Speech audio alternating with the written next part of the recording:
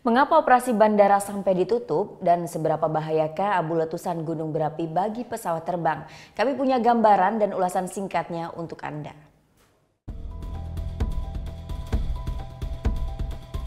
Inilah reka adegan yang coba divisualisasikan oleh Smithsonian Channel. Sebuah insiden nyata kala mesin pesawat Boeing 747-236B milik British Airways mati. Kala itu, pesawat berangkat dari London menuju Auckland, Selandia Baru, menerjang awan abu vulkanis yang berasal dari letusan Gunung Galunggung. Kala itu, terjangan abu vulkanis merusak mesin jet. Bahkan, abu juga memasuki kabin pesawat. Dalam kondisi itu, pilot akhirnya mendaratkan pesawat di Bandara Halim Perdana Kusuma, Jakarta Timur.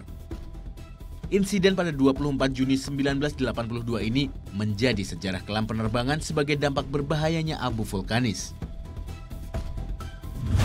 Kumpulan awan vulkanis memiliki kandungan silika yang ukurannya sangat kecil, diameternya antara 6 mikron hingga 2 mm. Silika berkontur tajam sehingga bisa menggores kaca kokpit saat pesawat terbang melaju dengan kecepatan di atas 500 mil per jam. Ini bisa menyebabkan pandangan pilot jadi sangat terbatas. Keberadaannya seringkali tak terbaca layar radar karena hanya nampak seperti kumpulan awan. Abu vulkanis yang tersedot ke dalam mesin dapat merusak bilah turbin dan dapat meleleh karena suhu panas pada area mesin. Ini juga dapat merusak fungsi baling-baling pesawat. Abu juga dapat merusak fungsi baling-baling pesawat turboprop dan mengganggu mesin jet.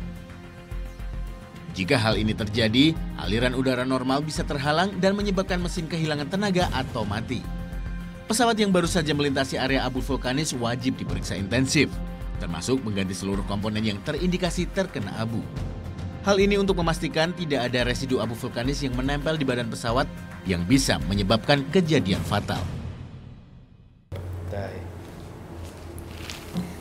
Udah selesai kan nontonnya? Nah, jadi jangan lupa buat like, komen, dan subscribe ya.